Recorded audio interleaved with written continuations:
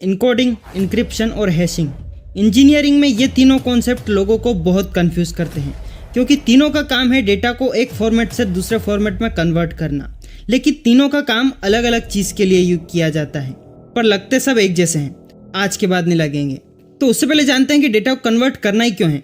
क्योंकि online data को transfer करना इतना सेफ नहीं है। एक कंप्यूटर से दूसरे कंप्यूटर तक अगर डाटा जाएगा तो बीच में हैकर्स भी आ सकते हैं जो कि उस डेटा को चुरा सकते हैं। अब उससे बचाने के लिए कुछ टेक्निक इंट्रोड्यूस की गई है, इनकोडिंग, इंक्रिप्शन और हैशिंग। अब इनको समझने के लिए मान लो दो दोस्त हैं, राम जो कि इंडिया में रहता है और जॉन जो कि अमेरिका में रहता है। राम के पास एक ऐसी सीक्रेट, एक बहुत ही फेमस डिश की ऐसी सीक्रेट रेसिपी है जो कि जॉन जानना चाहता है। अब अगर राम उस सीक्रेट रेसिपी को एक लेटर पे लिख के, ऐसे ही सिंपल लैंग्वेज में लेटर पे लिख के फिजिकली रूट के थ्रू जॉन को भेज देगा, तो यार वो सीक्रेट रेसिपी तो लीक हो जाएगी, हर कोई उसको पढ़ सकता है। तो इसके लिए राम एक दिमाग लगाता है। उसको पता है कि जॉन को और राम को दोनों को चाइनीज लैंग्वेज आती है, तो इसके लिए वो क्या करता है, उस रेसिपी को एक लेटर पे चाइनीज लैंग्वेज में लिख देता है और उसके बाद में फिजिकली उसको सेंड कर देता है। अब यहाँ पे थोड़ी बहुत सिक्योरिटी हुई है, फुल्ली सिक्योर नहीं हुई है वो रेसिपी। क्यों? क्योंकि जिन लोगों को चाइनीज लैंग्वेज आती है वो तो उस लेटर को पढ़ सकते हैं और उस डिश को पता लगा सकते हैं वो रेसिपी क्या है।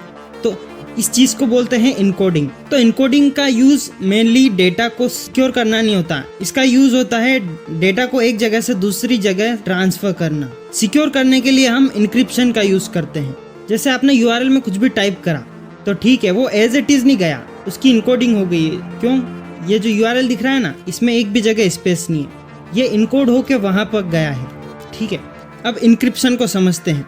मान लो जो राम है वो उस सीक्रेट रेसिपी को चाइनीज लैंग्वेज में ही लिखता है, लेकिन इस बार वो क्या करता है, उसको एक सिक्योर बॉक्स में लॉक कर देता है और उसकी दो कीज होती है, एक की राम के पास होती है और दूसरी की जॉन के पास होती है।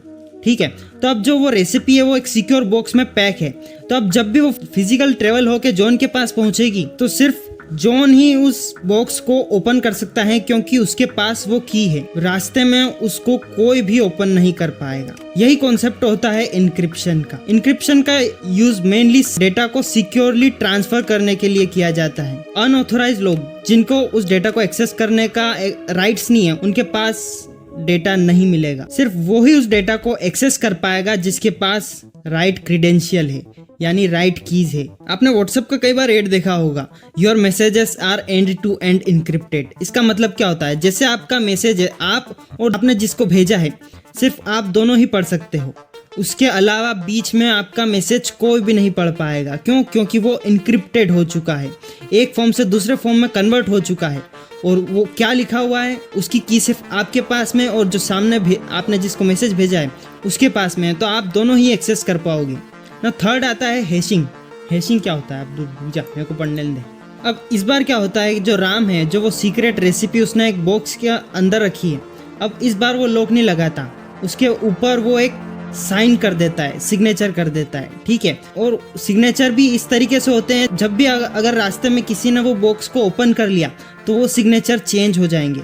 तो इससे क्या होगा, जब वो बॉक्स जॉन के पास पहुंचेगा तो उसको पता चल जाएगा कि अंदर का जो माल है वो करप्ट हो चुका है, उसमें कुछ चेंजेस हो चुके हैं। इसी तरीके से होता है हैशिंग। हैशिंग एक टेक्निक है जिसमें डेटा के ऊपर हैश फंक्शन अप्लाई किया जा सकता है, जिससे वो एक fixed length of string generate करता है। अगर डेटा में थोड़ी सी भी छेड़छाड़ हुई तो डेटा पूरा बदल जाएगा। हैशिंग का यूज रियल वर्ल्ड में ऐसे होता है, जैसे जब भी आप किसी वेबसाइट पर लॉगिन करते हो तो आपने एक बार साइन अप किया होगा, दूसरी बार जाके आप लॉगिन करते हो, क्योंकि साइन अप में आपका पासवर्ड उस वेबसाइट के डेटाबेस में जाके सेव हो जाता है। तो जब आप लॉगिन करना चाहते हो, आपका जो पासवर्ड है उसको ऑलरेडी प्रेजेंट आपके डेटाबेस में आपका पासवर्ड सेव है, उससे कंपेयर किया जाता है। कैसे कंपेयर किया जाता है, पासवर्ड भी डायरेक्टली सेंड नहीं होता। पासवर्ड क्या होता है, जब भी आप पासवर्ड सेंड करोगे तो उसके ऊपर वहाँ पे सर्वर में आपका एक हैश फंक्शन अप्लाई किया जाएगा। अगर आपका पासवर्ड हैश फंक्शन अप्लाई करने पर सेम टू सेम दिखता है जैसा पहले सेव्ड था, तब जाके आप लॉगिन कर पाओगे, उसके बिना आप लॉगिन नहीं कर पाओगे। क्योंकि अगर आपके पासवर्ड में एक लेटर भी चेंज हुआ तो आपका जो ऑलरेडी सेव पासवर्ड था उससे मैच नहीं करेगा आपका पासवर्ड, उस तरीके से आप लॉगिन ही नहीं कर पाओगे। तो ये हैशिंग होती है, ये वन वे होती है। किसी डेटा को एक बार हैश में कन्वर्ट करने के बाद वो जो हैश है उसको वापस से ओरिजिनल फॉर्म में कन्वर्ट नहीं किया जा सकता। लेकिन जो इनकोडिंग और इंक्रिप्शन होता है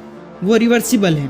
इंक्रिप्टेड डेटा को डिक्रिप्ट किया जा सकता है की के थ्रू, इनकोडेड डेटा को डिकोड किया जा सकता है। तो सबसे सिक्योर होता है हैश, उससे लेस सिक्योर होता है इंक्रिप्शन, और सबसे कम सिक्योर होता है इनकोडिंग। अब बात करते हैं कब आपको इनकोडिंग को यूज करना है, कब इंक्रिप्शन को यूज करना है, कब हैशिंग को यूज करना है। जब आप चाहते हो कि आपका डेटा एक जगह से दूसरी जगह बहुत ही इजीली ट्रांसफर किया जा सके, आपको सिक्योरिटी की कोई चिंता नहीं है, ये सिक्योर हो या ना हो उससे आपको कोई फर्क नहीं पड़ता, तो आप उस डेटा को इनकोड करके भेज सकते हो ताकि आसानी से, क्योंकि आपको आसानी हो रही है उस डेटा को उस दूसरे फॉर्मेट में कन्वर्ट करके भेजने में। और अगर आप चाहते हो कि आपका जो डेटा है आपने जिसको भेजा है वही पर्सन एक्सेस कर सके, उसके अलावा कोई और एक्सेस नहीं कर सके, तो आपको उस डेटा को करना पड़ेगा इनक्रिप्टेड। और अगर आप चाहते हैं चेक करना कि ये जो डेटा भेजा गया है, सामने वाले पर्सन ने आपको भेजा है, क्या उसमें कोई चेंज हुआ है, क्या उसे चेंज किया गया है, तो इस चीज़ को चेक करने के लिए यूज़ किया जाता है हैशिंग। ठीक है।